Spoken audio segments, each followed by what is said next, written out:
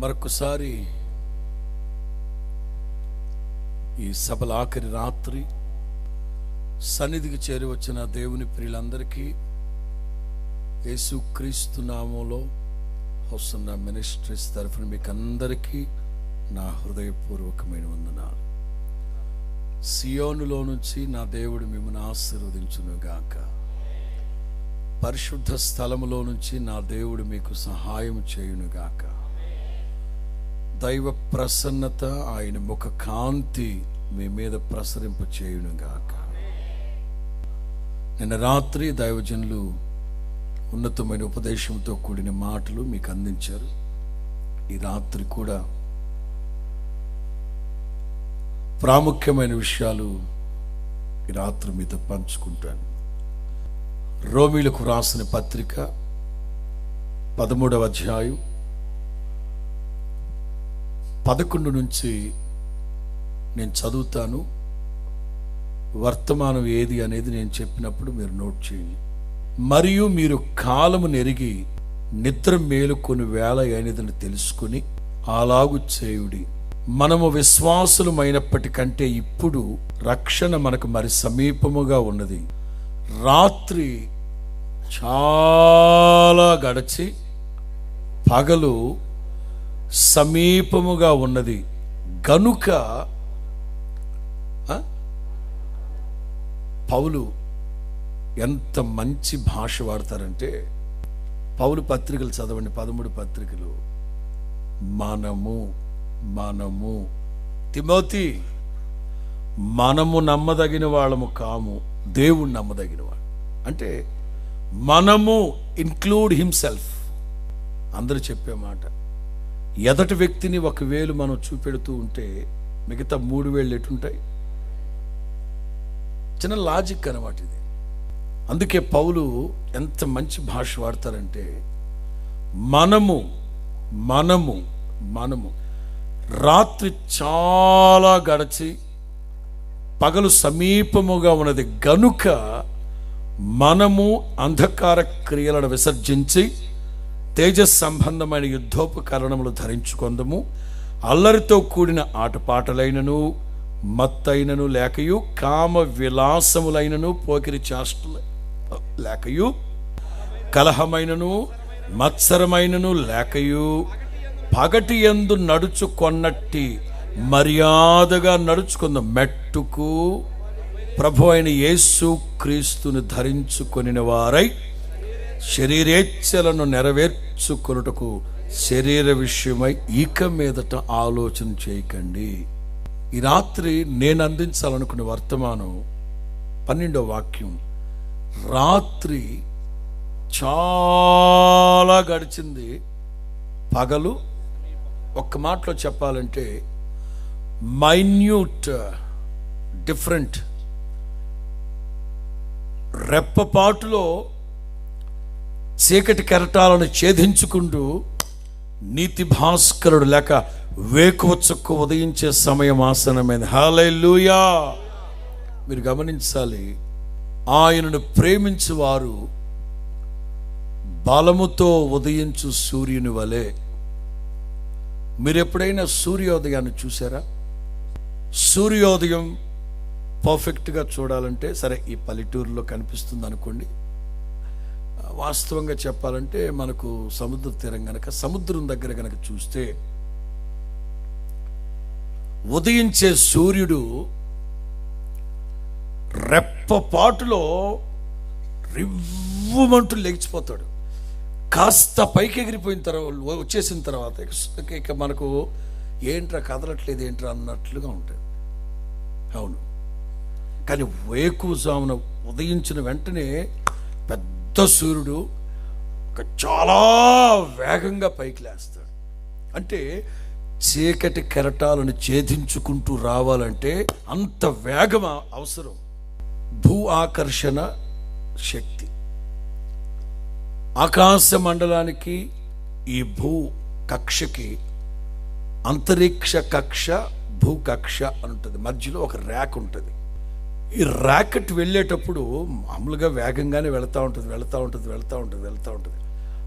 ఆ కక్షలోకి వెళ్ళేటప్పుడు ఒక్కసారిగా ఇంజిన్లన్నీ ఆన్ అవుతాయి రాకెట్కి. ఈ భూకక్షలో నుంచి అంతరిక్ష కక్షలోకి వెళ్ళాలంటే మోర్ పవర్, ఎక్కువ ఇంజిన్లు ఆన్ అయ్యి ఒక్కసారి దూసుకెళ్ళాలి. ఈ చీకటిని ఛేదించాలి అంటే బలమైన సూర్యుడు కావాలి. నా దేవుని ప్రియులారా, ఇక్కడ మీరు గమనించాల్సింది ఏంటంటే, రాత్రి చాలా గడిచిపోయింది అంటే మేబీ 4:30, 5:30 వరకు వచ్చేసింది. పగలు అంటే ఇవి రెండు ఒక దగ్గరకు వచ్చేసి ఒక హెయిర్ లైన్ అన్నట్లుగా సడన్గా చీకటి తొలగిపోయి నీతి సూర్యుడు ఉదయించే సమయం.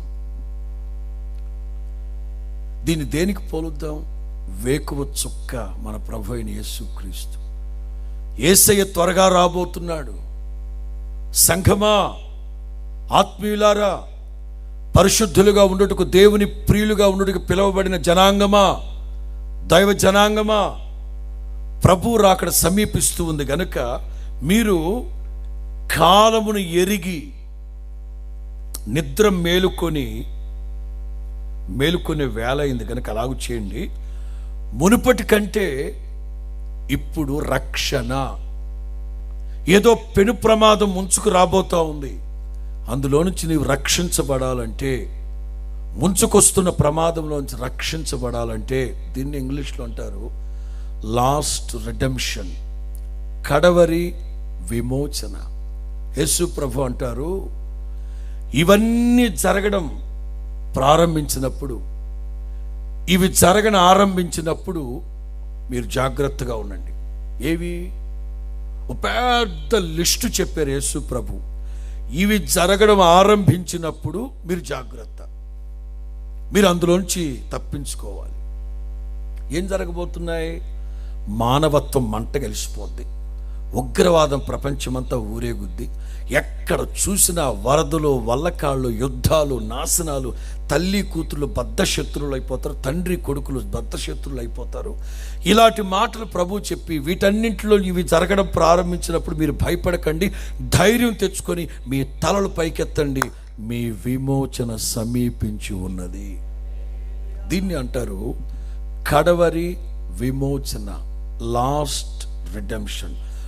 మారు మనసు పొంది పాప క్షమాపణ నిమిత్తం బాప్తిసం పొంది జీవ గ్రంథంలో పేర్లు వ్రాయబడి పరిశుద్ధాత్మ నింపుదల కలిగినప్పుడు అది ప్రైమరీ సాల్వేషన్, ప్రైమరీ రిడెంప్షన్. అది ప్రాథమికంగా మనం రక్షించబడ్డం అంటే నిత్య నరకాగ్నిలో నుంచి తప్పించబడ్డానికి ఇప్పుడు మనం తీసుకునే బాప్తిసాలు, పరిశుద్ధాత్మ, ఇవన్నీ పునాదులు. అయితే ఇది ప్రారంభ మెట్టు. మరి కడవరి మెట్టు ప్రభు రాకడ. అయితే దైవజనులు అంటారు, అంధకార క్రియలను విసర్జించి తేజ సంబంధమైన యుద్ధోపకరణాలు, అంధకార సంబంధమైన అంధకార క్రియలు లేక సాతాను తంత్రాలు లేక సాతాను మీ మీద ప్రయోగిస్తున్న అగ్ని బాణాలు, వాడి ఆయుధాలు మీరు తప్పించుకోవాలి. సాతానుగాడు ఎక్కువగా ప్రయోగించే బాణం ఏంటంటే విసుగు, అలసట, భయము, అధైర్యం. దైవజనుడు అంటాడు, సంఘమా, అంధకార క్రియలు విసర్జించండి. మనము అంధకార క్రియలు విసర్జించి తేజ సంబంధమైన యుద్ధోపకరణాలు ధరించుకుందాం.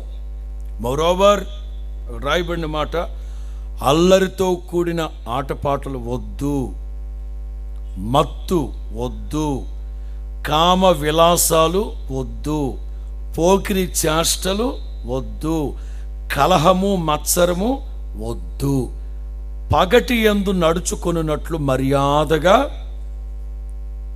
దైవజనుడు హెచ్చరిస్తున్నాడు, ఇవి విసర్జించండి. మెట్టుకు ప్రభు అయిన యేసుక్రీస్తుని ధరించిన వాళ్ళమై శరీర ఇచ్చలు నెరవేర్చుకోవడానికి శరీర విషయం మీద ఇక మీదట మీరు ఆలోచన పెట్టకండి. మనము విశ్వాసులమై ఉన్నప్పటికంటే ఇప్పుడు సంపూర్ణ పరిశుద్ధులుగా మారుతున్నాము గనుక జాగ్రత్త. ఈ రాత్రి క్రొత్త కోణంలో ప్రభు మనతో మాట్లాడును గాక. ఒకే ఒక వ్యక్తిని తీసుకుంటాను. ఆ వ్యక్తి యాకోబు. యాకోబు చరిత్ర ప్రారంభించబడింది చిన్నప్పటి నుంచి. ఎక్కడి నుంచి అని అనుకుంటే వీళ్ళ చరిత్ర 25లో ప్రారంభించబడుతుంది. నేను చెప్తాను మీకు, 25లో ప్రారంభించబడుతుంది. సరే, అది చిన్నప్పుడు. ఇక 37 లేకపోతే 35, ఆల్మోస్ట్ ఒక 10 అధ్యాయాలు యాకోబు పుట్టుక. ఆ తర్వాత 37కు వచ్చేసరికి యోసేపును గురించి రాయబడి ఉంటుంది. ఇక అక్కడి నుంచి చరిత్రలన్నీ మారిపోతాయి. నేను అనేది ఏంటంటే 10 అధ్యాయాలు వేసుకుందాం అందాజుగా యాకోబును గురించి పుట్టుక. ఆ తర్వాత చూస్తే ఒక సరిగ్గా 10 అధ్యాయాలు. ఈ 10 అధ్యాయాల్లో కూడా 20 సంవత్సరాలు వాళ్ళ మేనమామ వాళ్ళ ఇంట్లో ఉన్నాడు. విభజిద్దాం. ఇంకా చెప్పాలంటే యాకోబు తల్లిదండ్రుల్ని ఇల్లు వాకిళ్ళు వదిలిపెట్టి వెళ్ళి బయలుదేరేటప్పుడు యాకోబు వయస్సు రమారమి 50 సంవత్సరాలు. ఎందుకంటే ఇస్సాకుకు పెళ్ళైనప్పుడు 40 సంవత్సరాల వయసు, ఏషావుకు పెళ్ళైనప్పుడు 40 సంవత్సరాల వయసు. ఆ రోజుల్లో పెళ్ళి అంటే 40. మోషేకి పెళ్ళైనప్పుడు 40 సంవత్సరాలు, యోసేపుకి పెళ్ళైనప్పుడు ఆల్మోస్ట్ 37-40 సంవత్సరాలు వేసుకో. ఆ రోజుల్లో యుక్త వయసు అంటే 40. ఈ రోజుల్లో యుక్త వయసు 40 అంటే శాల్తీ లెగిసిపోతాయి. ఇక యాకోబును గురించి 10 అధ్యాయాలు ఉన్నాయి. ఈ 10 అధ్యాయాల్లో కూడా 20 సంవత్సరాలు వాళ్ళ మామ దగ్గర ఉన్నారు. ఈ 20 సంవత్సరాల్లో కూడా ఎక్కువగా రాత్రుల్లో జరిగిన సంభవాలే గ్రంథస్థం చేయబడి ఉన్నాయి బైబిల్లో. ఆ రాత్రుల గురించి మీకు చెప్పాలనుకున్నా 7 రాత్రులు చెప్తాను. ఈ రాత్రి ఇవాళ ప్రార్థన కూడికలో కూడా నేను చెప్పాను. తల్లిదండ్రులు పిల్లల మధ్యలో ఐక్యతని చేకూర్చాలి, కానీ వాళ్ళకి మధ్యలో గొడవలు జరగకుండా చూసుకోవాలి. ఇస్సాకు, రెబ్కా బయట సమాజానికేమో సరసాలాడుకున్నట్లుగా కనిపిస్తున్నారు, కానీ వాళ్ళిద్దరి మధ్యలో మనస్సు విప్పి మాట్లాడుకునేంత చనువు లేదనే చెప్పాలి. రైట్. ఇస్సాకు నిండు వృద్ధాప్యానికి వచ్చాక రహస్యంగా ఏషావుని పిలిచి, పెద్దోడా అవసాన కాలం సమీపించింది. నేను చనిపోయే లోపు నా దగ్గరున్న దీవెనలన్నీ నీకు ఇస్తా. వేటాడిన మాంసాన్ని తీసుకొచ్చి నాకు పెట్టు. అలాగే నాన్నగారు ఇప్పుడే వస్తానని చెప్పి వెళ్ళిపోయాడు. ఈ మాటలు ఆంటీ వినిందా లేదా? విన్నారా లేదా? ఏషావు వెళ్ళిపోయిన వెంటనే వచ్చి, ఏంటండి ఇది? ఉన్నదే 2 పిల్లలు, భూమి భరించలేనంత ఆస్తుంది మనకు, ఏంటండి ఇది? అడగదే. సరే, నేను వెళ్ళి, ఆంటీ గారు, ఆయన అలా చెప్తుంటే పిల్లల మధ్యలో గొడవ వచ్చేస్తుందా? మరి మీరే మాట్లాడచ్చు కదా ఆయనతో. మీ అంకుల్ నా మాట వినండి అయ్యా. అవునా?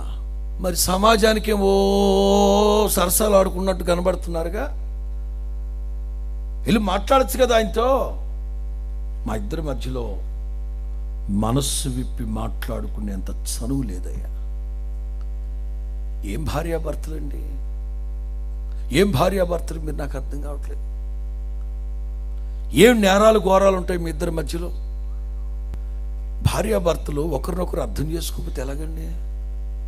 అర్థం చేసుకోవడానికి సమయాన్ని కేటాయించరా? కేవలం ఇస్సాకు తీసుకున్న నిర్ణయమే అన్నదమ్ములు ఇద్దరు బద్ధ శత్రువులు అయిపోయారు. ఆ వేళ కన్న తల్లిదండ్రుల్ని, ఆస్తిపాస్తుల్ని విడిచిపెట్టి వెళ్లాల్సిన దుర్గతి పట్టింది యాకోబుకి. యాకోబు తల్లిదండ్రులు విడిచిపెట్టి వెళ్ళేటప్పుడు అప్పటికే ఏశావుకు పెళ్ళయింది, 2-3 భార్యలు ఉన్నారు. రమారమి 50 సంవత్సరాల వయసు ఉంటుంది జేకబ్కి. రెబ్కా చెప్పింది, నాన్న మీ అన్న నిన్ను చంపాలని కత్తి నూరుతున్నా. వాడి కోపం తగ్గిన వెంటనే నేనే కబురు చేస్తాను, దయచేసి నువ్వు వెళ్ళిపో వెళ్ళిపో వెళ్ళిపో, మీ మేనమా వాళ్ళ ఇంటికి వెళ్ళిపో, మా అన్నయ్య గారి ఇంటికి వెళ్ళిపో. సరే, ఇది కుటుంబ పరిస్థితి. ఆదికాండం 28, 10, 11 వాక్యాలు చదువుతారు. యాకోబు బెర్షెబా నుండి బయలుదేరి హారాను వైపు వెళ్ళుచు ఒక చోట చేరి ప్రొద్దుగుంకినందున అక్కడ ఆ రాత్రి, మొదటి రాత్రి, దీనికి నేను పెట్టిన పేరు అలసిపోయిన రాత్రి. అలసిపోయిన రాత్రి, ఒక్కొక్క పేరు పెట్టుకుంటూ వెళదాం. అక్కడ ఆ రాత్రి నిలిచిపోయెను, ఆ చోటి రాళ్లలో ఒకటి తీసుకుని తలగడగా చేసుకుని అక్కడ పండుకుని. విధి లేని పరిస్థితుల్లో, తప్పనిసరి పరిస్థితుల్లో ఇంట్లో నుంచి బయలుదేరాడు. దీన్ని నేను అంటాను ఆదాము హవ్వ. దేవుని ప్రణాళికల్లో కూడా మార్పులు చేర్పులు కలుగుతూ వచ్చాయి. దేవుడు కూడా ఒక్కసారిగా సమస్త సృష్టిని కలుగు చేసి రిలాక్స్ అయ్యారంటేనా? కాలేదనే చెప్పాలి.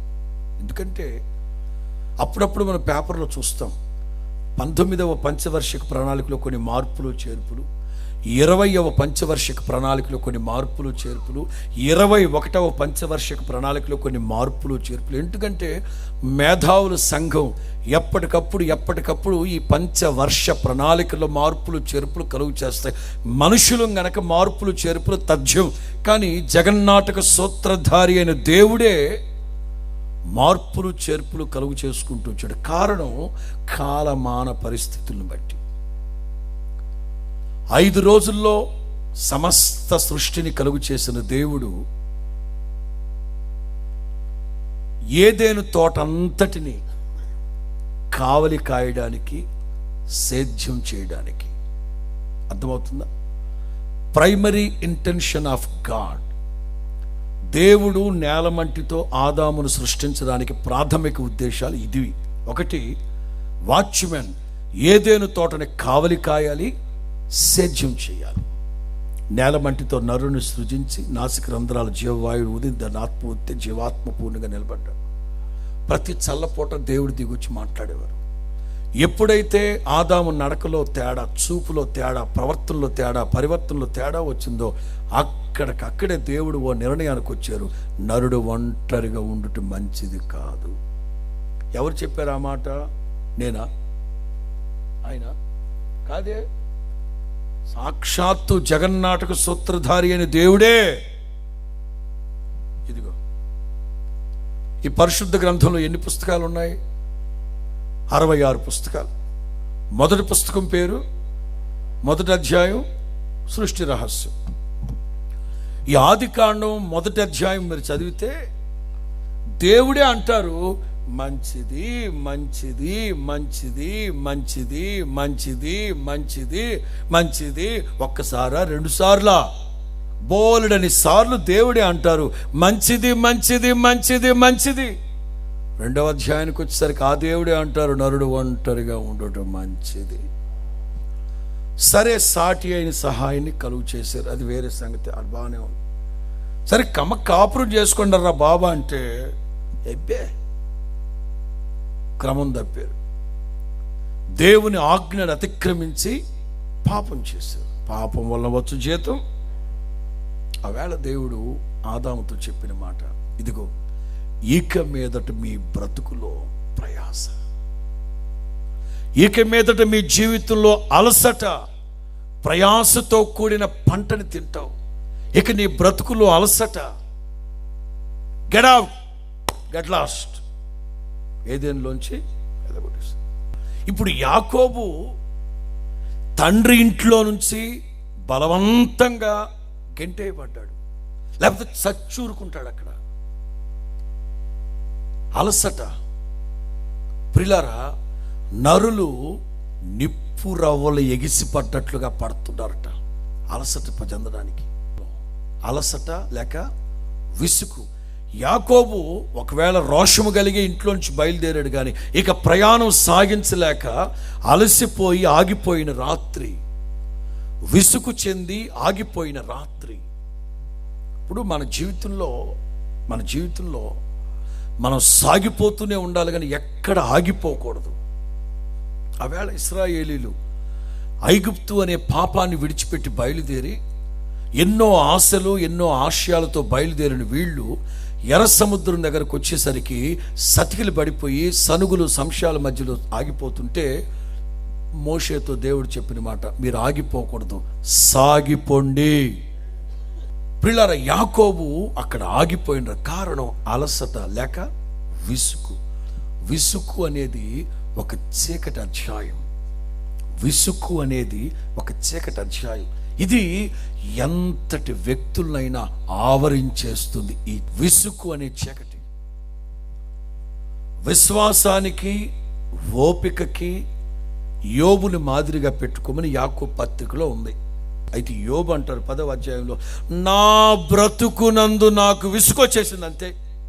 అండ్ యోబు గారు, ఓపికకి విశ్వాసానికి మిమ్మల్ని మాదిరిగా పెట్టుకోండి, మీరు ఆ మాట అంటారేంటండి? మరి అన్నా, మరి నా వయసు కలిగిన వాళ్ళను చక ఎవరి పనులు వాళ్ళు చేసుకుంటూ వ్యాపారాలు వాళ్ళు చేసుకుంటా ఉంటే నేనేమో ఇక్కడ చెల్లపెంక తీసుకుని గోక్కుంటా గీక్కుంటూ పక్కన నీళ్ళ చేసా కుక్క పిల్లలను పెట్టుకుని ఏం చేసింది? ఇక్కడ విసుగు. విశ్వాస వీరుడే విసుగు. సిక్లగు అనే చోట తమ కుమారులను బట్టి తమ కుమార్తెలను బట్టి తల్లిదండ్రుల ప్రాణం విసిగిపోయిందట. పెనిన్న తరచుగా హన్నాని ప్రాణం విసిగిస్తా ఉందట. తోటికోడలు రిబ్కా ఇస్సాకుతో చెప్తుంది, ఏమండి ఏశావు భార్యలు ఉన్నారే కోడళ్ళు, వాటి వల్ల నా ప్రాణం విసిగిపోతుంది. విసుగు అనేది చీకటి అధ్యాయం. అందుకే వాక్యంలో రాయబడిన మాట హెబ్రీ 12:3, మీరు అలసట పడకయు మీ ప్రాణము విసుకకయు ఉండునట్లు పాపాత్ములు తనకు విరోధముగా చేసిన తిరస్కారం అంతటిని ఓర్చుకొనిన యేసయ్యను తలంచండి. చప్పలు కొడుతూ దేవునికి స్తోత్రం చెప్పండి గట్టిగా. అలసిపోయిన రాత్రి. ఈ అలసట రావడానికి కారణం ఏమని చెప్పాను నేను? పాపం. ఆదాము హవ్వ ఎప్పుడైతే పాపం చేశారో, ఎప్పుడైతే ఏదెన్లోంచి వెళ్ళగొట్టబడ్డారో, ఆ రోజు దేవుడు చెప్పారు, ఇక మీదట మీ జీవితంలో ప్రయాస, అలసట, చెమటోరుస్తారు, ప్రయాసపడతారు. మొదటి ఆదాము ద్వారా మానవాళికి అలసట, చెమట, శాపము, ప్రయాస వచ్చింది. కడపటి ఆదాం అనే క్రీస్తు సంత వీధుల్లో నిలబడంటారు, ప్రయాసపడి భారం మోస్తున్న సమస్త జనులారా, జాతి, కుల, మత, వర్గ, పేద, ప్రాంత భేదం లేదు, సమస్త జనులారా, ఏ పరిస్థితుల మధ్యలో మీరు ప్రయాసతో ఉన్నారో, అలసిపోయి ఉన్నారో, జీవితంలో ఎదురెదలేక విసుగు చెందారో, come unto me, I will give you rest. నా దగ్గరికి రండి, నేను మీకు విశ్రాంతిని ఇస్తాను. ప్రపంచంలో ఏ దేవుడు, ఏ దేవత, ఎవరు చెప్పలేని ఒక బృహత్తరమైన మాట నా ప్రభు చెప్పారు. ఆ మాట, నా దగ్గరికి రండి, నేను మీకు నెమ్మదిని, విశ్రాంతిని, సమాధానాన్ని కలుగు చేస్తాను. కాన్సెప్ట్ చెప్పుకుంటూ వస్తాను. లెగిసి ఉదయం ఆ రాత్రి దేవుడు చాలా విషయాలు మాట్లాడారు, మీకు అన్నీ తెలుసు. నీవు పండుకొని ఉన్న ఈ చోటు నీ సంతానానికి నేను స్వాస్థ్యంగా ఇస్తాను. మన దేవుడు ఎవరో తెలుసా? నీవు కూర్చున్న చోటు, నీవు పడుకున్న చోటు కెన్లీ అబ్జర్వ్. నా దేవుడు నీవు కూర్చున్నది ఎక్కడో, పడుకున్నది ఎక్కడో, నా ప్రభుకి స్పష్టంగా తెలుసు. నీవు పడుకుని ఉన్న ఈ చోటు. చాలా కాలం క్రితం నేను ఒక మాట చెప్తున్నాను. అదేంటంటే, యాకోబు ప్రయాణంలో జస్ట్ ఆ రాత్రి ట్రాన్సిట్ అక్కడంతే, జస్ట్ పడుకుని వెళ్ళిపోయాడు. దేవుడు అంటారు, ఇది నీ సంతానానికి స్వాస్థ్యంగా ఇస్తాను. ఒక్కోసారి నేను అప్పుడప్పుడు చెప్తా ఉంటాను, పాస్టర్ గారు మేము ఇంట్లో అద్దెకొచ్చామండి, 700 రూపాయలు అద్దెకొచ్చాం, 12,000 రూపాయలు అద్దె వరకు మేము ఇంట్లోనే ఉన్నాం. గమ్మత్తు ఏంటో, ఈ ఇల్లే కొనేసుకున్నామండి. వాళ్ళు అక్కడికి ఎందుకు వచ్చారు? టెంపరీ షెల్టర్ కోసం వచ్చారు. దేవుడు అద్భుతం చేశాడు అక్కడ. యాకోబు అక్కడ పడుకున్నప్పుడు ఆ ప్లేస్ ఎట్లాంటిది? ఉదయాన్నే లేచి ఏమంటాడు? ఇది భయంకరమైన చోటు. ద్వితీయోపదేశకాండ 32లో ఉంటుంది, అరణ్య ప్రదేశములోను భేకర ధ్వని గల పాడైపోయిన ఎడారిలో నేను వానిని. అంత భయంకరమైన చోటు. కానీ ఆ తదుపరి దేవుని ప్రజలకు అది స్వాస్థ్యముగా మార్చబడిపోయింది. హల్లెలూయా. 3వ రాత్రి 31వ అధ్యాయం 11వ వాక్యం. ఇది 3వ రాత్రి. దేవదూత అనుకోవడం కంటే కూడా 3వ రాత్రి దేవుడు యాకోబుతో మాట్లాడిన రాత్రి. ప్రియులారా, మన దేవుడు మాట్లాడే దేవుడు.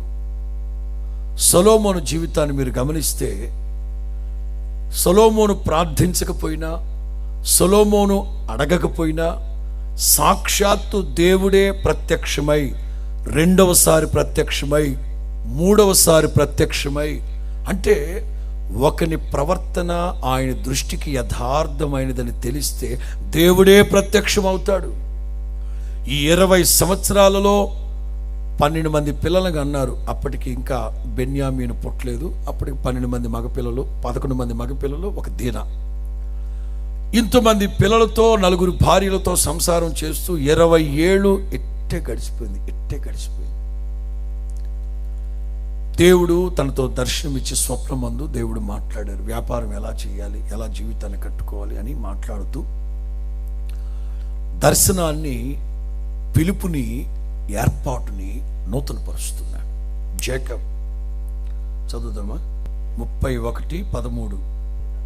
యాకోబు, నీవు ఎక్కడ స్తంభం మీద నూనె పోసితువో, ఎక్కడ నాకు మ్రొక్కుబడి చేసితువో ఆ బేతేలు దేవుడును నేనే.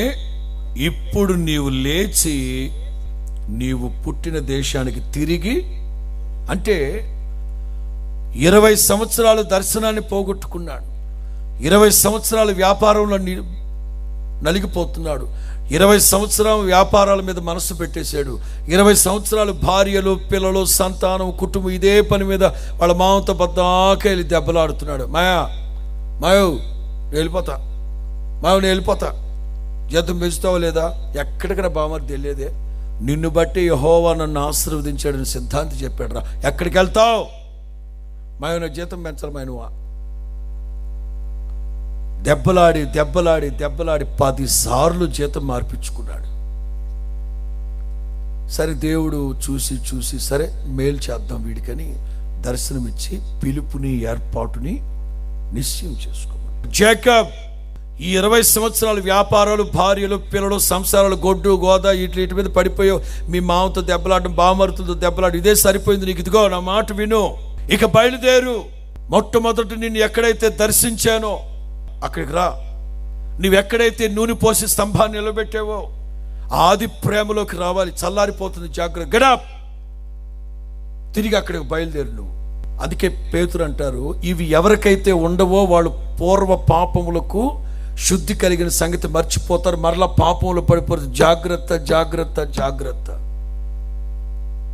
ఉదయాన్నే లేచి భార్య పిల్లలతో చెప్పారు, ఇదిగో దేవుడు రాత్రి దర్శనం ఇచ్చాడు, మనం అర్జెంటుగా బయలుదేరాడు. అండ్ మా నాన్నగారు వచ్చారు, ఇదిగో టైం లేదు నాకు, ఇప్పుడు అర్జెంటుగా బయలుదేరాలంతే. ఎక్కడికండి? ఆనంద యాత్ర, ఆత్మయాత్ర. బయలుదేరండి అందరూ. బయలుదేరేశారు. ప్రియులారా, దేవుడు అప్పుడప్పుడు నీ వ్యక్తిగత జీవితాన్ని పునఃప్రతిష్ఠించడానికి, నూతనపరచడానికి నీకు దర్శనమిస్తాడు. పూర్వకాలమున నీవు అనుసరించిన మనుజాశలు ఇక విడిచిపెట్టి సంపూర్ణమైన పరిశుద్ధ జీవితాన్ని చేయాలన్న ఉద్దేశంతో దేవుడు హెచ్చరిస్తాడు. యాకోబును కూడా 20 సంవత్సరాల భక్తి అంటే ఏంటో మర్చిపోయాడు. ఇక అన్నీ మర్చిపోయాడు. దేవుడు మరలా పిలుపుని, ఏర్పాటుని స్థిరపరిస్తే బయలుదేరాడు. కొన్ని సందర్భాల్లో మనం నూతన తీర్మానాన్ని తీసుకుని బయలుదేరినప్పుడు సాతానుగాడు అంత తేలిక వదిలిపెట్టడం మనల్ని. వాడు దెబ్బతిన్నా పాములాటాడు. యాకోబు జీవితాన్ని నూతనపరుచుకొని, దర్శనాన్ని నూతనపరుచుకొని, భార్య పిల్లల్ని తాను సంపాదించిందంతా కూడగట్టుకుని బయలుదేరి వెళ్ళిపోతే వాళ్ళ మామ బంధువుల్ని వెంట పెట్టుకొని, ఇంటి పేరటోళ్ళని వెంట పెట్టుకొని, కులస్తుల్ని వెంట పెట్టుకొని ఒకరోజు వెతికాడు, దొరకలేదని వదిలిపెట్టాడా? 2 రోజులు వెతికాడు, దొరకలేదని వదిలిపెట్టాడా? 3 రోజులు వెతికాడు, దొరకలేదని వదిలిపెట్టాడా? 7 రోజులు. దీని అర్థం సాతానుగాడు ఏమంత తేలిగ్గా మనల్ని వదిలిపెట్టడు. ఏడు రోజులు సంపూర్ణంగా వెతికి పట్టుకున్నాడు యాకోబుని. జాగ్రత్త జాగ్రత్త. అంత క్రితం ప్రభువుని నమ్ముకోక మునుపు మీరు ఏ విషయాల్లో బలహీనులో ఆయా విషయాలు కాస్త జాగ్రత్తగా ఉండాలి. కొంతమంది అప్పుడే రక్షించబడిన స్త్రీలు లోకంలోకి ఏడవబడుతున్నారట. ఎందుకంటే సాతానుగాడు క్రొత్త కోణంలో మిమ్మల్ని దెబ్బ కొట్టడు. మీరు లోకంలో ఉన్నప్పుడు ఏ విషయాల్లో బలహీనులో అక్కడే దెబ్బ కొట్టడానికి వస్తాడు. ఉదాహరణ, గోడ అక్కడ బద్దలైపోతే గోడని మరలా కట్టుకున్నారు. ఇప్పుడు సాతానుగాడు కొత్తగా ఒక చోట గోడ బద్దలు కొట్టడు. ఆల్రెడీ అక్కడ డ్యామేజ్ అయినది కదా, ఈజీ వాడు అక్కడ కొట్టడానికి. వాడు అక్కడ బద్దలు కొట్టడానికి వాడికి చాలా ఈజీ. మీరు ప్రభువుని రక్షణలోకి రాకమునుపు ఏ విషయంలో బలహీనులో రక్షించబడిన తర్వాత you should have more careful, మరింత జాగ్రత్తగా ఉండాలి. యాకోబు ఏ విగ్రహారాధికుడు అయితే వద్దనుకున్నాడో, ఏ శపించబడిన కొంపలో అయితే వద్దనుకున్నాడో, ఎక్కడి నుంచి అయితే ఇక జీవితంలో వీళ్ళ మొహం చూడకూడదని బయలుదేరేశాడో, ఆ సాతానుగాడు నిన్ను పట్టుకునేంత వరకు, దొరికేంత వరకు వెతుకుతాడు. ఇక ఆ తర్వాత మీకు జరిగిన సంగతి తెలుసు. వాళ్ళ నాన్నగారు గృహదేవతలు ఎవరు దొంగతనం చేశారంటే యాకోబు అన్నాడు, నాకు తెలియదు. ఎవరి దగ్గర ఉంటే వాళ్ళని చంపేస్తానంటే రాహేల్ నాటకం ఆడింది. ఈ పెట్టిలో దాచిపెట్టి దాని మీద ఎక్కి కూర్చుంది. సరే, ఆ రాత్రి వాడు నిబంధన చేసుకుని 4వ రాత్రి చదువుదాం. 31:54.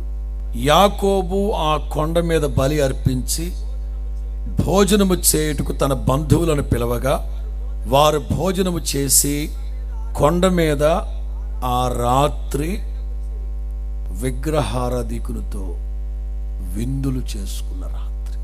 అల్లరితో కూడిన ఆటపాటలు, మత్తు, అల్లరి, పోకిరి చేష్టలు. నేనంటాను, ఆ వ్యక్తి వద్దనుకొని కదా నువ్వు వచ్చేసింది. అతనితో ఇక సంబంధం వద్దనుకొని కదా తెగదింపులు తెంచుకొని వచ్చింది. మరి ఆ వ్యక్తి వెతుక్కుంటూ వస్తే కలుస్తావా? నేను ఇక్కడ అనేది ఏంటంటే, ఆత్మీయులకి విగ్రహారాధికులకి సంబంధం ఎక్కడా? దేవుని మందిరానికి విగ్రహానికి సంబంధం ఎక్కడ? విశ్వాసికి అవిశ్వాసికి పొత్తుండొచ్చా? క్రీస్తుకి బెలియాలకి సంబంధం ఉండొచ్చా?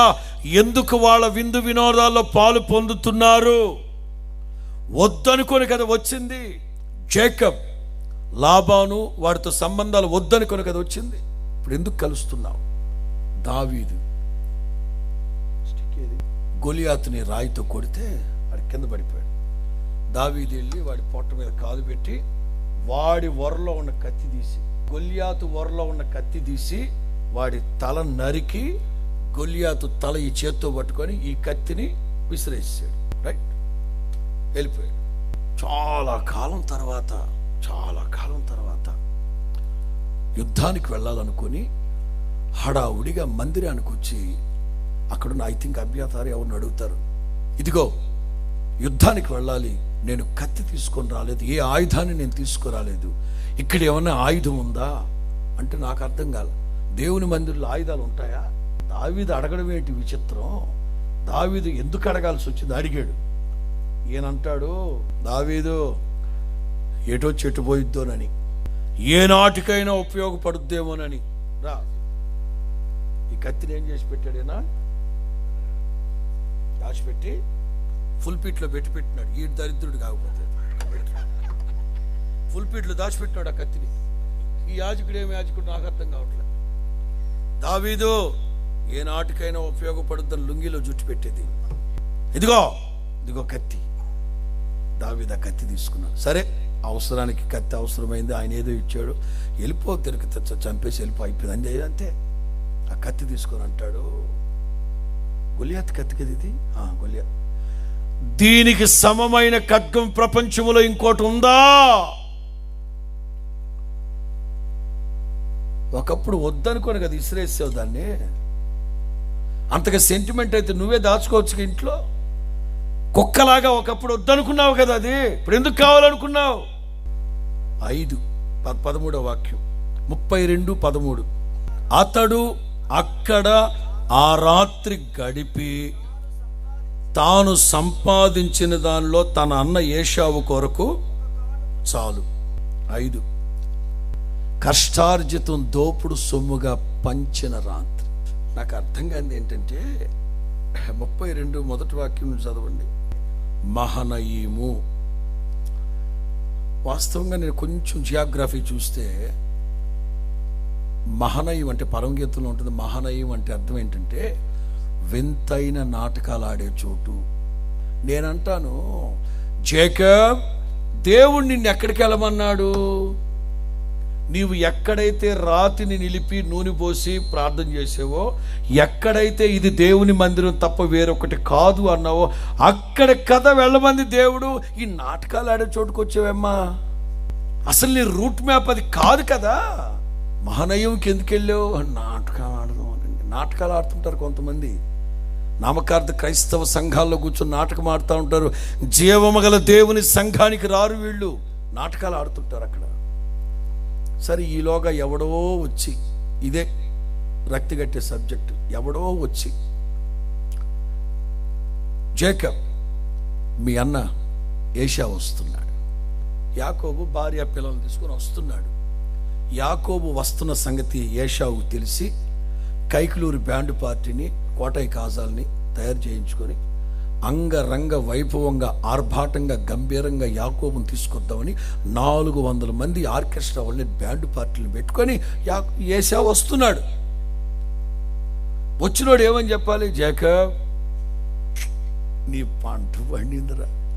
మీ అన్న కైకలూరు బ్యాండ్ పార్టీ విత్ కోటై కాజాతో అంగరంగ వైభవంగా, ఆర్భాటంగా నిన్ను ఊరేగింపుగా తీసుకెళ్ళడానికి మీ అన్న. ఇది వాస్తవం. ఇలా చెప్పాలి. ఈ చెప్పినోడు ఏమని చెప్పాడు? ఏ సౌండింగ్లో చెప్పాడు? మాకెందుకులే అయ్యా, మీ అన్న వస్తున్నాడు అన్నాడు. ఇలా చెప్పేసరికి, గుడారాలు తెచ్చండి, గుడారాలు తెచ్చండి, గుడారాలు తెచ్చమన్నాడు. యాకోబట ఆస్తిని 2 భాగాలు చేశాడు. నేను చెప్తా. కష్టార్జితం దోపుడు సొమ్ముగా మారిపోయిన రాత్రి. ఇది మిమ్మల్ని అడుగుతున్నా, ఈ రాత్రి మీ కష్టార్జితం మీరు మీ పిల్లలు అనుభవిస్తున్నారా, లేక దోపుడు సొమ్ము అయిపోతుందా? యెహోవా యందలి భయభక్తులు గలవాడు, ఆయన త్రోవల యందు నడుచువాడు ధన్యుడు. నీవు నీ చేతుల కష్టార్జితాన్ని. సరే, యాకోబు ఎలా సంపాదించాడు ఆ డబ్బు? వాళ్ళ మామతో దెబ్బలాడి దెబ్బలాడి దెబ్బలాడి దెబ్బలాడి. ఇంకో మాట చెప్పనా, పగలు ఎండకి ఎండాడట, రాత్రి వర్షానికి తడిచాడట, వేకువ మంచుకు నా తల తడిచింది, నిద్ర నా కన్నులకు దూరమాయనే. ఇంత కష్టపడి కష్టపడి కష్టపడి కష్టపడి రూపాయి రూపాయి రూపాయి రూపాయి రూపాయి రూపాయి రూపాయి పోగేసి సంపాదించుకున్న కష్టార్జితం దోపుడు సొమ్ముగా మారిపోయింది. అనవసరమైన భయం, అనవసరమైన ఖర్చులు, కష్టార్జితానికి మించిన ఖర్చులు, ఆదాయానికి మించిన ఆర్భాటం, ఆడంబరాలు. మీ కష్టార్జితం ఎంతో అంతే ఖర్చు పెట్టాలి. 1000 రూపాయలు మీ కష్టార్జితమా? 1000 రూపాయల లోపే ఉండాలి. మితం ఉండాలి, సంతుష్టి సహితమైన దైవ భక్తి ఉండాలి. నేను అంటాను, జేకబ్ ఎలా సంపాదించావు ఆ డబ్బు? 28వ అధ్యాయంలో దేవునితో ఏమని ప్రమాణం చేశావు? 10వ భాగం ఇచ్చి మందిరం కట్టిస్తానన్నావా? 10వ భాగం ఇస్తానన్నావా? చచ్చేలోపు 10వ భాగం ఇచ్చాడా యాకోబు? ఇవ్వలా. అప్పుడు ఏమని ప్రమాణం చేసావు? ఏం మాట్లాడుతున్నావు ఇప్పుడు? శ్రమ దినమందు ఏమని ప్రమాణం చేసావు దేవునితో? 10వ భాగం ఇస్తానన్నావు, ఇచ్చావా? ఇప్పుడు మీ అన్న చంపేస్తాడేమో అని చెప్పి సగమాస్తి సగమాస్తి. ఇంకా గమ్మత్ ఏంటో చెప్పనా? ఇక్కడ ఏం చెప్పాడంటే, అరే అరే అరే పని వాళ్ళు పిలిచి, మా అన్న బాగా బాగా ఫుల్ హీట్లో ఉన్నాడంట, మీరు నవరత్న ఆయిల్ లాగా కూల్ చేయాలి మా అన్నని. ఇగో మా అన్నను లైన్లో పెట్టాలి, మీరు ఈ ఆస్తి అంతా తీసుకెళ్ళి ఇవ్వండి, ఎట్లాగైనా సరే మీరు కూలింగ్లో పెట్టాలి మా అన్నని, మీరు వెళ్ళండి అన్నాడు. సరే పాప వీళ్ళు యాకోబు ఇచ్చిన ఆస్తిని తీసుకుని ఎట్లాగైనా కూలింగ్లో పెట్టాలి మా అన్నని, ఈ ఆస్తి ఇచ్చి వీళ్ళు వెళ్ళారు. ఏసావు అడిగారు, ఎవర్రా మీరంటే, మీ దాసుడు యాకోబు పంపించిన దాసుడు. అరే అరే మా తమ్ముడు ఎలా ఉన్నాడు రా? అరే మా 20 ఏళ్ళు అయింది రాడు, అమ్మాయి కూడా రా, ఆ రోజు ఏదో కోపంలో అనేసాను రా. అరే మా తమ్ముడు పిల్లలు ఎలా ఉన్నారా? ఎంతమంది పిల్లలు? మా మరదలు. అరే ఏండే అవన్నీ మరలా మాట్లాడతాం. అర్జెంటుగా ఆస్తి తీసుకోండి, ఆస్తి తీసుకో. వేసావంటాడు. నాకెందుకురా, మా తమ్ముడు 20 ఏళ్ళు ఎంత కష్టపడి ఉంటాడు. మా మామ లాభాను, వాడు మహానగరంలో మాయగాడు, గీసి గీసి గీసి గీసి మా తమ్ముడికి ఇచ్చాడో లేదో, పాపాడు కష్టపడ్డాడు రా, ప్లీజ్ వాడి ఆస్తి నాకు వద్దు ప్లీజ్. నువ్వు ఆస్తి తీసుకుంటేనే ఇక్కడ నుంచి కదిలేది, నాకు వద్దురా. పట్టుకో, చేపట్టుకో. ఎక్కడికి వెళ్తాను? బాగా తీసుకో, ఆస్తి తీసుకో, తీసుకో ఆస్తి. దండం పెట్టిచ్చేసి వచ్చారు. వీళ్ళు రాగానే మన కత్తెత్తాడా, నువ్వేనా ఎవడండి నీకు అసలు ఇన్ఫర్మేషన్ ఇచ్చింది? ఏమైందిరా? అసలు మీ అన్న నవరత్న నూనె పెట్టుకోవడం కాదు, నవరత్న నూనె తాగినోళ్ళ కూలింగ్లో ఉంటాడు, అంత కూలింగ్లో ఉన్నాడు మీ అన్న. అవునా? షరబత్ తాగిన కూలింగ్లో ఉన్నాడు, సుగంధ వాటర్ తాగినంత కూలింగ్లో ఉన్నాడు మీ అన్న. అవునా? స్తోత్రం. కత్తెత్త, అరే కత్తే లేదు ఆడి దగ్గర, అంత కోటాయి కాజాలు, ఆత్రేయపురం పోతరేగులు, తాపేశ్వరం మరత కాజాలు ఉన్నాయా? అవునా? అమ్మో అట్లా హ్యాపీనా? ఆల్ హ్యాపీనాడు బాబా. అవునా? అలాగైతే నా ఆస్తి ఏది? ఏం ఆస్తి? అదే మీకు ఇచ్చి పంపించిన ఆస్తి అది. మీ అన్నకి ఇవ్వమన్నాను కదండి. ఒరే వాడు కత్తెత్తితే ఇవ్వమన్నాను కానీ వాడు కూలింగ్లో ఉంటే ఎందుకు ఇవ్వమన్నా, ఎందుకు ఇచ్చారా? అదంతా మాకు తెలీదు, మీ అన్నకి ఇవ్వమన్నా ఇచ్చేసాం. ఓరి ఏమైంది? ఆస్తి అంతా కష్టార్జితం అంతా దోపుడు సొమ్ము అయిపోయింది. ఒరే మా అన్న కోపంగా ఉంటే ఇవ్వమన్నాను, కూలింగ్లో ఉంటే ఎందుకు ఇచ్చారు? అదంతా మాకు తెలుస్తారు. మీ మాట నెగ్గాలి, ఇక్కడ మీ కళ్ళల్లో ఆనందం చూడాలి మేము. ఒక్కోసారి నేను రోజు సాయంకాలం కోటాలకు బయలుదేరుతాను. ఇట్లా చిన్న గ్రామాలు ఉంటాయి, ఈ ఊరు బయట బ్రాందీ షాప్ ఉంటుంది ఒకటి పొలాల్లో. పని బాట చేసుకొని కూలీనాలు చేసుకొని సాయంకాలానికి 500-600 సంపాదించుకు వస్తుంటారా. వచ్చేటప్పుడు ఆ బ్రాందీ కొట్టు దగ్గర 500 సంపాదిస్తే 400 రూపాయలు 500 రూపాయలు తాగేసి ఒక్కడే. మరి ఎన్నో ఆశలతో ఆశయాలతో నీ భార్య సంసారానికి వచ్చింది. కట్టుకున్న భార్యకి కన్న పిల్లలకి తిండి ఎలాగా, ఇంటి అద్దె ఎలాగా, బ్రతుకు తెరువు ఎలాగా? నువ్వు కష్టపడ్డావు అనుకుంటున్నావు, 400-500 రూపాయలు తాగేసావు అక్కడ. ఏంటి పరిస్థితి? కష్టార్జితం అంతా తాగుడా? కష్టార్జితం అంతా సినిమాలా? కష్టార్జితం అంతా హాస్పిటల్ పాలవుతుందా? వడ్డీలు పాలవుతుందా? అప్పులోడు తీసుకెళ్ళిపోతున్నాడు ఏంటి? ఎంత మీరు చెప్పకూడదు కానీ రోజు కొన్నిసార్లు అయితే ఏడు చేస్తాను అక్కడే. ఏమిట్రా, ఏంటి పేద ప్రజలు తాగేస్తున్నారే, తాగే డబ్బంతా అక్కడ దారపోస్తుందని నాకు అప్పుడప్పుడు అనిపిస్తుంది. కనీసం ఆ బ్రాందీ కొట్టు పెట్టినోడికైనా, ఆ బ్రాందీ కొట్టు పెట్టినోడికైనా, ఆ బ్రాందీ కొట్టు నడుపుతున్నాడికైనా, అరే నా ఒక్కడి సంపాదన కోసం ఈ 4-5 గ్రామాల్లో కుటుంబాల్లో దీపాలు ఆర్పేస్తున్నానే. వాడు తాగుబోతులే, రోగాలు వచ్చి కిడ్నీలు, లివర్, గుండె చెడిపోతే, భార్య పుస్తులు తాడు తెగిపోతే, పిల్లలు అనాథలైపోతున్నాయి. ఈ చుట్టుపక్కల 10 గ్రామాల్లో కుటుంబాలు దీపాలు ఆర్పేస్తున్నా నేను. ఈ వ్యాపారం నాకు వద్దు, ఈ డబ్బు సంపాదించి నా కూతురికి కట్నంగా ఇస్తే దాని బతుకు బాగుంటుందా? ఈ ఒక్క ఆలోచన హ్యూమన్ ఒక్క ఎత్తికొండదా? సరే ఆలోచించండి. బైబిల్ మిషన్ వ్యవస్థాపకుడు మంగుమూరు దేవదాస్ గారు ఎంత అమాయకంగా ప్రార్థన చేసేవారంటే, ఆయన పగలంతా టీచర్గా రాజమండ్రిలో ఉద్యోగం చేసి కాలినడకన లేకపోతే సైకిల్ వేసుకొని కోరుకొండ కొండ మీదకి వెళ్ళిపోయి రాత్రంతా ప్రార్థన చేస్తూ, వీడు వ్యభిచారం మానాలి, ఈ అమ్మాయి సినిమాలు మానాలి, అక్రమ సంబంధం, ఇది కాదు నాయన, ఇవన్నీ చేసేది సాతానుగాడు. ఒక్కసారి వాడికి మారు మనసు నాయన, వాడొక్కడ మారు మనసు పొందితే అంటే ఎంత అమాయకంగా, ఎంత అమాయకంగా, ఎంత మనసు కష్టంతో చేసి ఉంటాడు ఆయన ప్రార్థన. సాతానుగాడికి మారు మనసు నాయన, వాడికి ఒక్కసారి పశ్చాత్తాపం నాయన, వాడు మారిపోతే ప్రపంచం మారిపోతుంది ఆయన. కోరుకొండ కొండ మీద నెలల తరబడి, సంవత్సరాల తరబడి ప్రార్థన చేశాడట ఆయన. ఒక్కసారి ఆలోచించండి. కష్టార్జితం, కట్టుకున్న భార్య ఏమైపోతుంది, పిల్లలు ఏమైపోతున్నారు, ఒక ఆలోచించరా? ఎవరో పాడు చేయరు. యేసయ్య అదే అంటాడు, ఒకడు లోకమంతా సంపాదించుకొని తనను తాను పోగొట్టుకుంటే వాడికి ఏ ప్రయోజనం? 6వ రాత్రి 32:21. 6 ప్రాణాన్ని కాపాడుకుందామని గుంపులో నిలిచిపోయిన రాత్రి. ఒకడు తన ప్రాణాన్ని కొనగోరిన వాడు తప్పక పోగొట్టుకుంటాడు. ఒకడు నా నిమిత్తమై ప్రాణాన్ని తెగిస్తే వాడి ప్రాణాన్ని కాపాడుకుంటాడు. అనేక సందర్భాల్లో కాపాడుకోవాలని తెగ ప్రయత్నం చేస్తాం. యెహోవా పట్టణమును కాపాడనిదే కాపాడు అని ప్రయాస, దాన్ని కావలి కాయవాడు రాత్రంతా మేలుకొని ఉంట. ఎవరు కాపాడేది? ఎవరిని కాపాడుకుంటారు? ఎవరిని కాపాడుకోగలరు చెప్పండి? కాపాడే దేవుడు ఒక్కడే.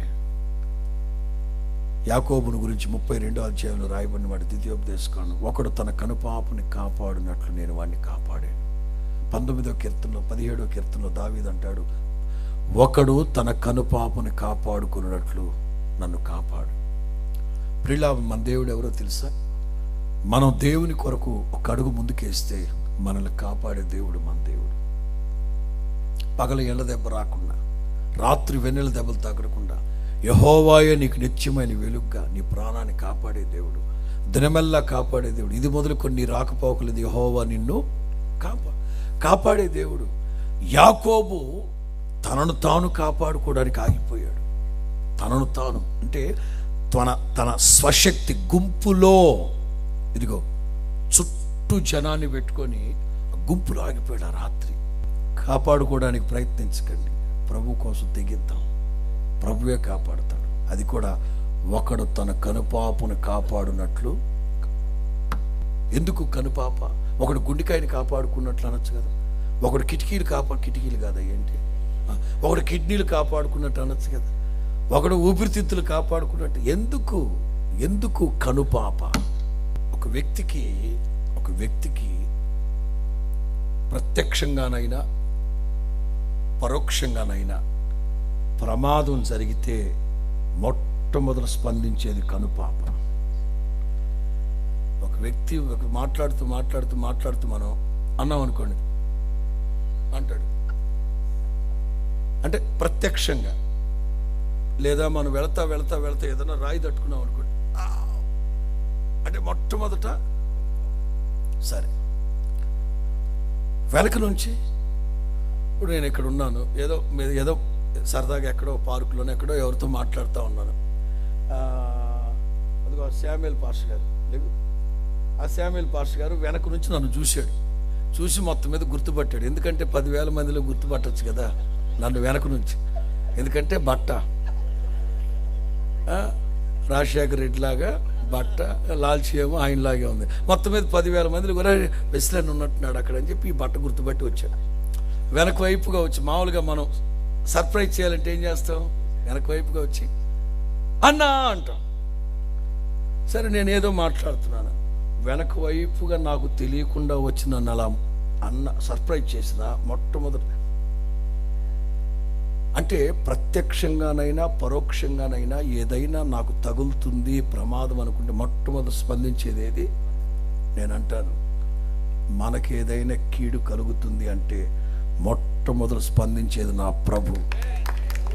అందుకే దేవుడు అంటారు, మిమ్మును ముట్టినవాడు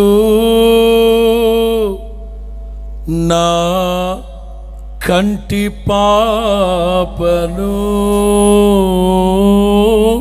మిమ్మును ముట్టినవాడు నా కంటి పాపను, ముట్టునని సెలవిచ్చిన దేవుడు కాచెను గతకాలము, నన్ను కాచెను గతకాలము. ముట్టునని సెలవిచ్చిన దేవుడు కాచెను గతకాలము, నన్ను కాచెను గతకాలం. శాశ్వతమైనది నీవు నాయడ చూపిన కృపా, అనుక్షణం నన్ను కను పాపవలే, అనుక్షణం నన్ను కను పాపవలే కాచిన కృపా, శాశ్వతమైనది నీవు నాయడ చూపిన కృపా. షేకం ప్రాణాన్ని కాపాడుకుందామని గుంపులో ఆగిపోయిన రాత్రి. ప్రియులారా, మనం ఎంత డాక్టర్ల దగ్గరికి వెళ్ళినా, ఎంత స్పెషలిస్ట్ దగ్గరికి వెళ్ళినా వాళ్ళు చెప్పేది ఒకే ఒక మాట: మా ప్రయత్నాలు మేము చేస్తాం, భగవంతుడే సహాయం. గనక మనం నమ్మాల్సింది, విశ్వసించాల్సింది, ఆశ్రయించాల్సింది ప్రభువుని. ఆయనే కాపాడాలి. ఆయన కాపాడకపోతే మనం మెలకువతో ఉండి అర్థం. ఇశ్రాయేలును కాపాడువాడు కొనకడు, నిద్రపోడు. ఆఖరి మాట 22వ వాక్యం. ఆఖరి రాత్రి జేకబ్ దేవునితో పెనుగులాడి జయ జీవితాన్ని పొందుకున్న రాత్రి, లాస్ట్ నైట్. ఈ తర్వాత యాకోబు జీవితంలో రాత్రి అనే మాట ఉండదు అసలు బైబిల్లో. సరే, యాకోబు ఏం చేశాడంటే ఒక్కొక్కరిని పిలిచి, వాళ్ళన్న అటు వస్తున్నాడు కదా, అక్కడ దాసిని పెట్టాడు. ఆ తర్వాత ఇంకొక దాసిని పెట్టాడు. ఆ తర్వాత జబ్బు కళ్ళ లేయని పెట్టాడు. ఇక్కడ రాహేల్ని పెట్టుకున్నాడు. ఇక్కడ కూడా మాయే. వాళ్ళన్న వచ్చి దాసిలు ఇద్దరిని చంపారు అనుకో, వీళ్ళిద్దరు లేపుకెళ్ళిపోదామని. వాళ్ళన్న లేయాని కూడా చంపాడు అనుకో, ఈ దొంగదాన్ని వేసుకెళ్ళిపోదామని. పోనీ వాడు ఇంకా స్పీడ్గా వచ్చి రాహేల్ని కూడా చంపాడు అనుకో, ఎస్కేప్ అయిపోతాయి. నాకు పిల్లల్ని ఇస్తారు కదా మా ఊళ్ళో. మాయగాడు. అక్కడ కూడా స్వార్థం. అందరూ ఫర్ ఎగ్జాంపుల్ అందరిని వెళ్ళిపోమంటున్నా. మేబీ రాహేల్ వచ్చి అడుగుంటుంది, ఏమండి ఏంటి సంగతి, నీ రాత్రంతా ప్రార్థన చేసుకో. అవునా? ఏమండి యోసేపుని ఎక్కడ, మన యోసేపుని మీతో దేనికి అంటే, వాడు డాడీతో ఉంటానంటున్నాడు. ఇక్కడ రక్త సంబంధానికి చోట్లేదు. Get lost. పద. మీరు ఒక్కరే ఉంటారా? నేను ఒక్కడే ఉంటా. అందరి పంపించేశాడు. ఒంటరిగా ఆగిపోయాడు. ఆ రాత్రంతా ఏమి ప్రార్థన. ఒకప్పుడు 28వ అధ్యాయంలో 1 minute ప్రార్థన చేశాడు జేకబ్. ఏమని నేను వెళుతున్న ఈ మార్గంలో నాకు అన్నం ఇచ్చి, నాకు బట్టలు ఇచ్చి, ఇల్లు ఇస్తే, తిరుగు ప్రయాణంలో దశమ భాగం ఇచ్చి మందిరం కట్టిస్తా, యేసునామములో ఆమేన్. ఇది ఒకప్పుడు జేకబ్ ప్రార్థనా జీవితం. ఇప్పుడు చివరికి దేవుడే అంటారు, తెల్లవారిపోతుంది, నన్ను విడిచిపెట్టు, నేను వెళ్ళిపోవాలి. పోరాట పటిమ కలిగిన ప్రార్థనా జీవితం. పెనుగులాడుతున్నాడు. పాస్టర్లు అందరూ చెప్పే మాట ఏమిటంటే, యాకోబు మగసిరి కలిగి పోరాడాడు. అంతేనా? ఆ తర్వాత చెప్పట్లే మనవాళ్ళు పాస్టర్లు. ఇది ట్రయాంగిల్ ప్రేయర్, ముక్కోణపు ప్రార్థన. నన్ను చూడండి, నేను ముక్కోణం అని చెప్తా. 1, ఎంతగా మగసిరి కలిగి పోరాడాడో అంతగా కన్నీరు కార్చాడు. ఎంతగా కన్నీరు కార్చాడో అంతగా బ్రతిమలాడాడు. ఎంతగా బ్రతిమలాడాడో అంత మగసిరి కలిగి పోరాడాడు. ఎంత మగసిరి కలిగి పోరాడాడో అంత కన్నీరు కార్చాడు. ఎంత కన్నీరు కార్చాడో అంత బ్రతిమలాడాడు. హోషేయ గ్రంథంలో ఈ 3 మాటలు ఉంటాయి: మగసిరి, కన్నీరు, బ్రతిమలాడాడు. మగసిరి, కన్నీరు, బ్రతిమలు. మనం దేవునితో డిమాండ్ మాట్లాడకూడదు. ఎంతసేపు మగసిరి ఇస్తావా, ఇవా, డెడ్ లైన్ పెడతా నీకు మార్చి 31 వరకు. ఎవరితో డెడ్ లైన్ నాకు అర్థం కావట్లే. ఎవరితో డెడ్ లైన్? మగసిరి కలిగి ఏం పోరాడుంటాడు? కన్నీరు ఎందుకు కార్చుంటాడు? ఎందుకు బతిమలాడాడు? ఏమని బ్రతిమలాడుంటాడు? తల్లి తన బిడ్డలను మర్చినాని అని మీరు నా మనవనన్నావే. 20 సంవత్సరాల క్రితం మా అమ్మ నాతో చెప్పిన మాట, మీ అన్న కోపం చల్లారిన వెంటనే నీ కబురు చేస్తానంది. 20 సంవత్సరాలు దాటిపోయాయి, నా తల్లి నన్ను మర్చిపోయింది. నీతో చెప్పింది నెరవేర్చేంత వరకు నిన్ను మరవను విడిచిపెట్టనన్నావే. ఏమైంది నీ వాగ్దానం? పర్వతములు తొలగిన, మెట్టలు తత్తరిల్లిన నా కృప నిన్ను విడిచిపోదు అన్నావే. ఇది మగసిరి. కన్నీరు కారుస్తున్నాడు. తెలుసో తెలియక తప్పటడుగు వేసాను ఆయన. 20 సంవత్సరాలు దాటిపోయింది. ఇప్పటికైనా నా జీవితాన్ని నూతనపరుచుకుంటాను, ఒక్కసారి నన్ను కరుణించు. కన్నీరు కారుస్తున్నాడు. ఒక ప్రక్కన బ్రతిమలాడుతున్నాడు, ఒక ప్రక్కన రాత్రంతా పెనుగులాడుతున్నాడు.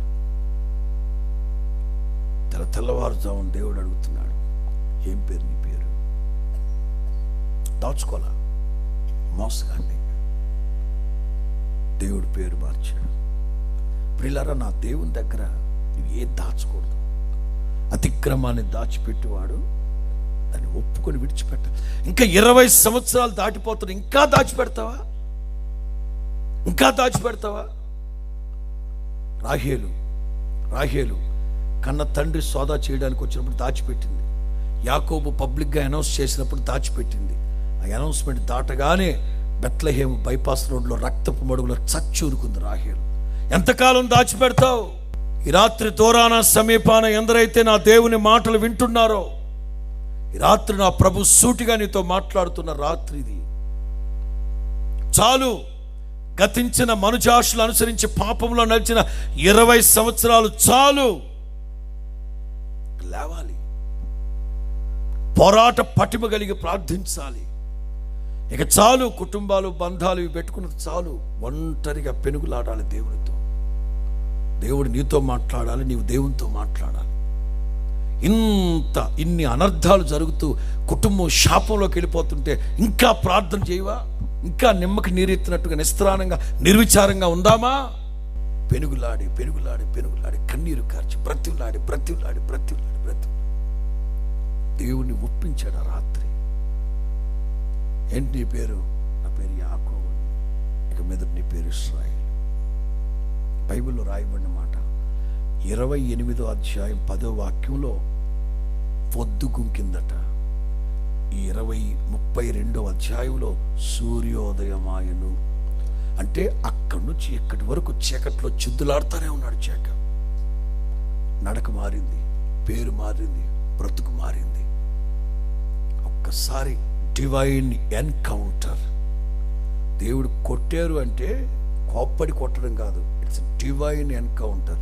ఒక గొప్ప దైవజనుడు అంటాడు, డివైన్ టచ్, దైవిక స్పర్శ. ఎప్పుడైతే ప్రభు యొక్క స్పర్శ తాకిందో జేకబ్కి, జీవితం మారిపోయింది. ఇక నడక మారిపోయింది, బ్రతుకు మారిపోయింది. ఆ తర్వాత యాకోబు జీవితంలో మోసం లేదు, ఏమీ లేదు. యాకోబు జీవితంలో రాత్రి చాలా గడిచిపోయింది, పగలు సమీపంగా ఉంది. అంధకార క్రియలు విసర్జించి చేత సంబంధమైన యుద్ధోపకరణాలు ధరించుకొని ప్రభువు కొరకు నీవు ప్రకాశించాలి. నీ సూర్యుడు అస్తమించుడు, నీ చంద్రుడు క్షీణించుడు. యెహోవాయే నీకు నిత్యమైన వెలుగుగా ఉండును గాక. దేవుడి మాటలన్నీ మీ వినికిల్లో ఫలభరితంగా మార్చి మిమ్మల్ని ఆశీర్వదించును గాక. అందరూ లేచి నిలబడదాం, చిన్న ప్రార్థన చేసుకుందాం. సేవకులు మిగతా కార్యక్రమాలు నడిపిస్తారు.